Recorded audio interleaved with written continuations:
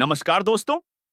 अब वह सपना साकार होने जा रहा है जिसे कभी बहुत से लोग मजाक मानते थे, लेकिन आज वही सपना भारत की नई पहचान बनने जा रहा है। भारत में बुलेट ट्रेन चलने की तैयारी लगभग पूरी हो चुकी है। वो ट्रेन जो 320 किलोमीटर प्रति घंटे की तेज रफ्तार से दौड़ेगी और हमारे देश के ट्रांसपोर्ट सिस्टम को एक नई दिशा देगी। यह सिर्फ एक रेल प्रोजेक्ट नहीं है, बल्कि यह भारत के आत्मनिर्भर भविष्य का प्रतीक बनने जा रहा है। कई सालों से निर्माणाधीन Mumbai Ahmedabad high speed rail project अब अपने आखिरी पड़ाव में पहुंच चुका है। पहले जहां जमीन अधिग्रहण और कानूनी झंझटों ने इसकी रफ्तार को धीमा कर दिया था, वहीं अब लगभग सभी तैयारियां पूरी हो चुकी हैं।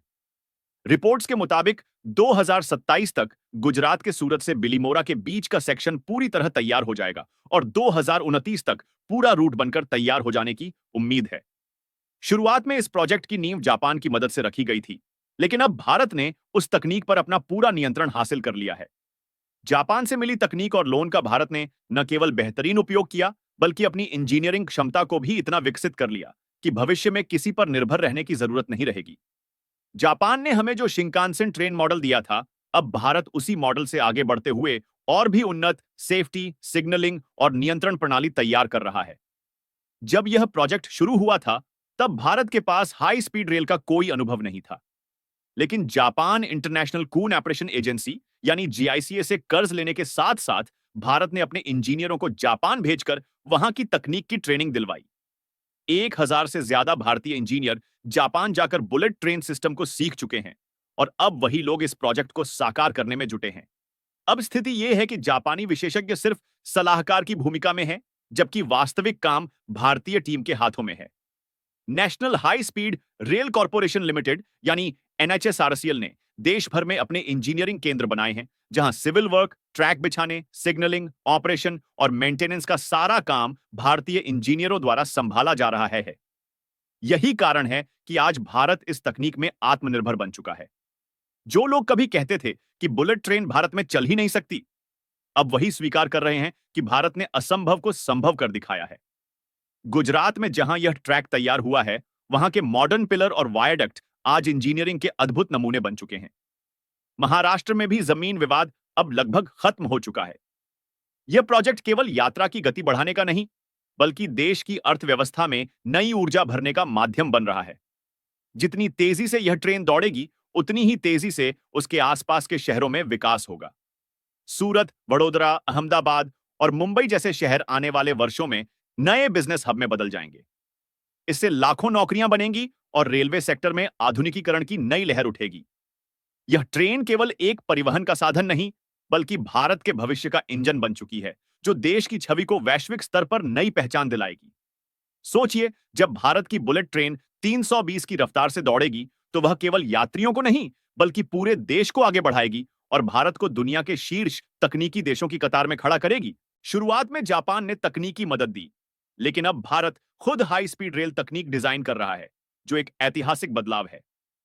दिलचस्प बात यह है कि इस प्रोजेक्ट से जो तकनीकी अनुभव भारत ने हासिल किया है, वही अब भारतीय रेलवे के दूसरे प्रोजेक्ट्स में भी काम आ रहा है। वंदे भारत एक्सप्रेस इसका सबसे बड़ा उदाहरण है, जो पूरी तरह मेड इन इंडिया ट्रेन है। इसमें बुलेट ट्रेन की तकनीक से प्रेरित कंट्रोल सिस्टम, शॉक अब्जॉर्बर और एरोडायनामिक डिजाइन का इस्तेमाल हुआ है। वंदे भारत ने यह साबित कर दिया कि भारत अब विदेशी मॉडल पर निर्भर नहीं रहा। आज इसका चौथा संस्करण तैयार हो चुका है, जिसमें और भी एडवांस फीचर्स जोड़े गए हैं। यह भारत की असली जीत है, जब कोई सपना केवल देखा नहीं, बल्कि बनाया भी जाए। आने वाले समय में हाई स्पीड ट्रेनें वंदे भारत और बुलेट ट्रेन के साथ मिलकर भारत के ट्रांसपोर्ट सेक्टर में एक क्रांति लाने जा रही है। अब भारत सिर्फ जापान से सीखेगा नहीं, बल्कि उसे तकनीकी रूप से पीछे भी छोड़ सकता है। यही है आत्मनिर्भर भारत का असली रास्ता। बुलेट ट्रेन प्रोजेक्ट से जो सीख भारत ने पाई, उसी तकनीक को अब भारतीय ट्रेनों में लागू किया जा रहा है। जापान ने तकनीक दी, लेकिन भारत ने उसे अपने हिसाब से और बेहतर बना लिया। अब भारत सिर्फ सीखने वाला देश नहीं, बल्कि सिखाने वाला बन चुका है। यह अपने आप में एक ऐतिहासिक उपलब्धि है। कुछ विशेषज्ञों का मानना था कि जापान इस प्रोजेक्ट को अपने हित में इस्तेमाल करना चाहता था, लेकिन भारत ने इस सौदे को बराबरी के रिश्ते में बदल दिया है। अब भारत किसी दबाव में नहीं, बल्कि साझेदारी की भावना से काम कर रहा है। जहां फैसले भी भारत के होंगे, और नियंत्रण भी भारत का रहेगा। एक तरफ जापान की टेक्नोलॉजी है और दूसरी तरफ भारत का आत्मविश्वास। भारत ने यह भी तय कर लिया है कि आने वाले समय में जितने भी हाई स्पीड रेल प्रोजेक्ट होंगे, उनमें भारतीय कंपनियां ही मुख्य भूमिका निभाएंगी। बुलेट ट्रेन प्रोजेक्ट ने यह साबित कर दिया है कि बड़े सपने केवल अमीर देशों के नहीं होते। अगर इच्छा शक्ति मजबूत हो तो विकास की पटरियां किसी भी धरती पर बिछाई जा सकती है। आज पूरी दुनिया भारत की इंजीनियरिंग क्षमता की तारीफ कर रही है। ब्रिटिश और अमेरिकी रिपोर्ट्स तक यह मान चुकी हैं कि भारत का हाई स्पीड रेल सिस्टम दक्षिण एशिया का चेहरा बदल देगा। अंतरराष्ट्रीय मीडिया में भी भारत की इस सफलता को व्यापक कवरेज मिल रही है। अब कई देश भारत से तकनीकी सहयोग की इच्छा जता रहे हैं। इस प्रोजेक्ट के पूरा होते ही भारत के रेलवे स्टेशन भी पूरी तरह बदल जाएंगे। हर स्टेशन को स्मार्ट सिटी की तरह विकसित किया जाएगा, जहां कॉम्प्लेक्स, होटल और डिजिटल सर्विसेज जुड़ेंगी। इससे ट्रैवल और इकोनॉमी दोनों को बूस्ट मिलेगा। जिन इलाकों में बुलेट ट्रेन के स्टेशन बन रहे हैं, वहां shopping mall, conference centre, hotels और एंटरटेनमेंट फैसिलिटीज भी तैयार हो रही हैं, जो लोकल बिजनेस को नई रफ्तार देंगी।